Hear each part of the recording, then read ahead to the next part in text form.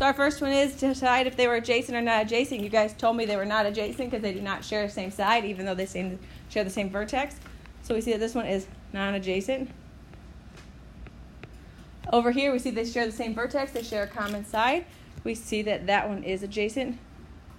Down here, you guys already told me to find a supplementary angle. You do 180 minus 67, and we arrived at 113 degrees. And then over here, we had 180 minus 148, and you guys told me we arrived at 32 degrees. Thank you. So our objective today is going to be able to use if-then statements and laws of logic. So if-then statements and laws of logic. So our first one is if-then statements. Two-part statements with if as the hypothesis and then as the conclusion. An example of this is, if it is cold outside, then I will wear my coat. The second one is hypothesis. It's the first part of the statement. The second one is the conclusion. It's the final part of the statement. And then we have deductive reasoning, using facts, definition, accepted properties, and laws of logic to make logical arguments. If I pass the driving test, then I will get my driver's license. So if I pass the driving test, then I will get my driver's license. So the first part is our hypothesis, the thing that goes with the if. So if I pass the driving test, I'll get my driver's license. So hypothesis, I pass my driving test.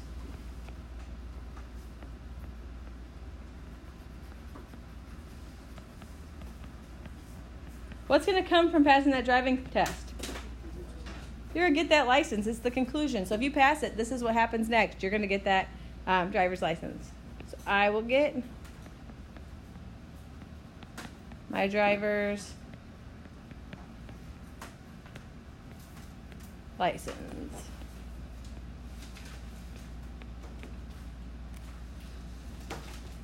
So we want to rewrite these as an if-then statement. Every duck on the pond is hungry. How can I write that as an if-then statement? Jaquan? So you are very close, but you've added something, right? So you added that second part, which is, you made it a natural one. But just using these two, what could we do? Just using what's already up there. Yep, Raj? If the duck is on a pond, it is hungry.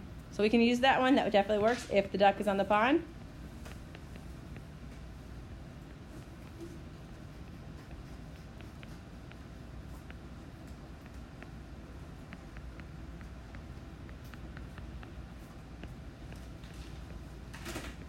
So if the duck is on the pond, then it is hungry. Now you made another one. You did, but you had to add information. So this one uses what we have. So B, I will go running if it does not snow. How can I change that one into a, yes, Taylor?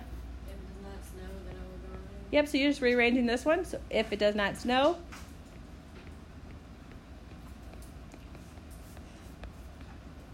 then I will go running.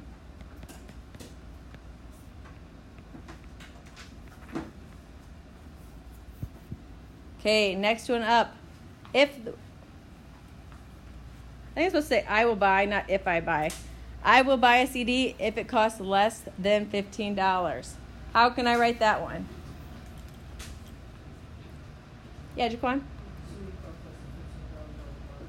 Yep, so if the CD costs less than $15, then I will buy it.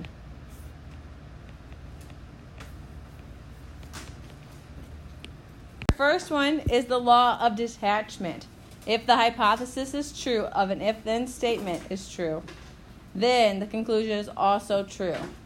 So if the hypothesis of a true if-then statement is true, then the conclusion is true. So that's the law of detachment. The law of syllogism is if statement Q, then statement, or if statement P, then statement Q is true. And if statement Q, then the statement R is true. Then that middle part we can get rid of, and we can say if the statement P is true, then R is also true. On this one down here, we see that the part with statement Q right here is true, and we have the statement Q here. So what happens in this last one is that we are able to drop both these highlighted parts and just bring down the if, the hypothesis of our first statement, and the conclusion of our second statement for our final one. So our first one up is if Sarah saves enough money, she can buy a concert ticket. If she can buy a concert ticket, or if she can buy a ticket, then she can go see her favorite band. So let's identify which one's the hypothesis and which one's the conclusion. So which part of the first statement is our hypothesis? If she saves up. Yep, she saves enough money. That's our hypothesis. I'm right. What is the hypothesis of our second statement? Yep, she can buy a ticket. So that's our hypothesis here. What is our conclusion of our first sentence? What did you say, hon? She can buy a concert ticket. So we can say this is our conclusion. What's our conclusion of our second one? So if we wanted to write one just like that last one we just saw on the last page, the law of syllogism, how could we write this? We see our conclusion of our first sentence matches our hypothesis of our second sentence. So we can drop those two. So Sierra, you want to try it? If Sarah can see her favorite band, then she'll be happy. You're close. You're creating a new if-then statement. So if we're doing what we did in the last one, we have the beginning part or the ending part of the first one, and then the beginning part of the other one. We're taking those out. Taylor, you want to try it, hon? If Sarah saves enough money, then she can see her favorite band.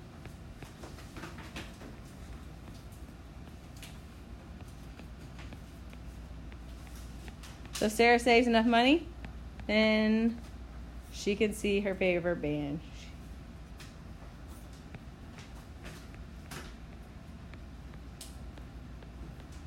Let's try that again, Jenkins. Her favorite band.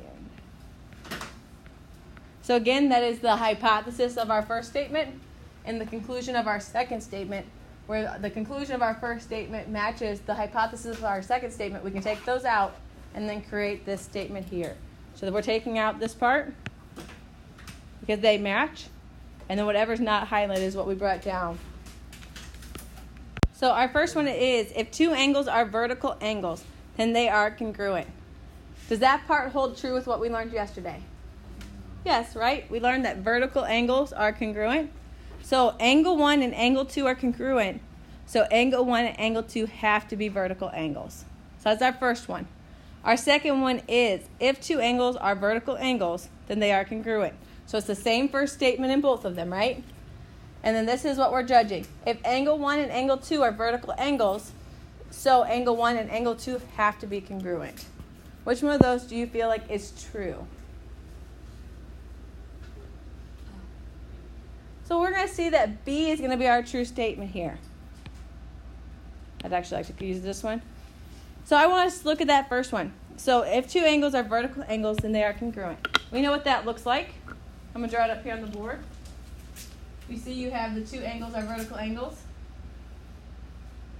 So let's call this one 1 and 2, right? So if they're vertical angles, we know they're congruent. We can show that by that same little arc. So then the second part of this said angle 1 and angle 2 are congruent, so they have to be vertical angles. So does anybody have an idea of what those would look like a counterexample? I go to my very common counterexample. We look here. If this angle here is 90 degrees, what's this angle going to be? It's going to be 90 degrees. So if I call this angle 1, and I call this one angle 2, so angle 1 and angle 2, are they congruent?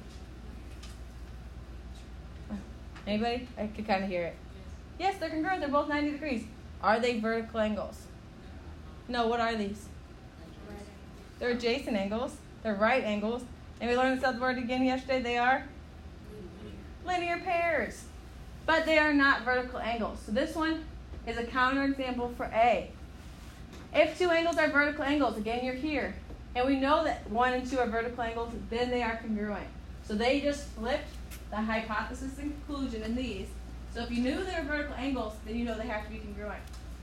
Just because they're congruent does not mean they have to be vertical angles. We can prove that other angles are congruent. They're not vertical angles. Okay? We have one more. I'd like you to try this one again.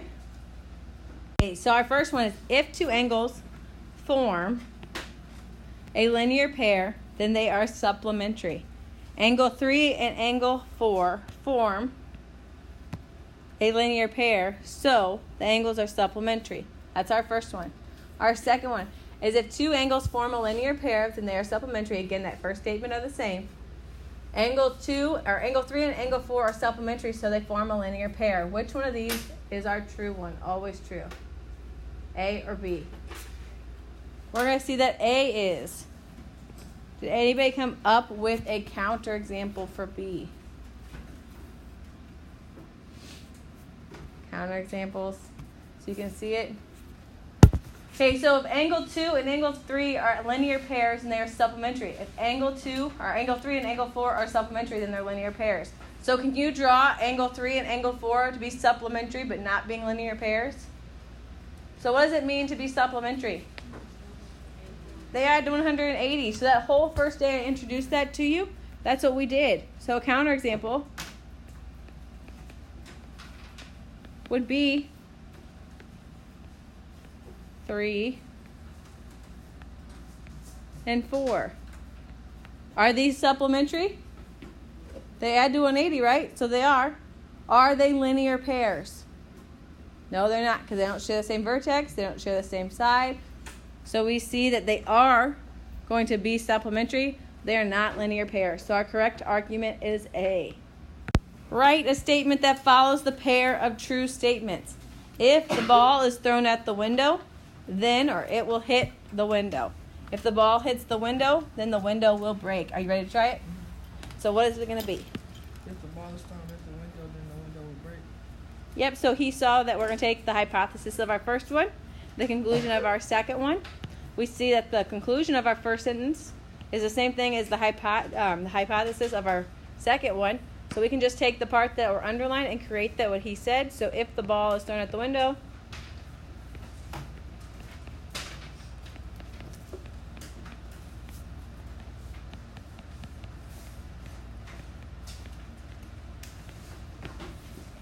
then the window will break.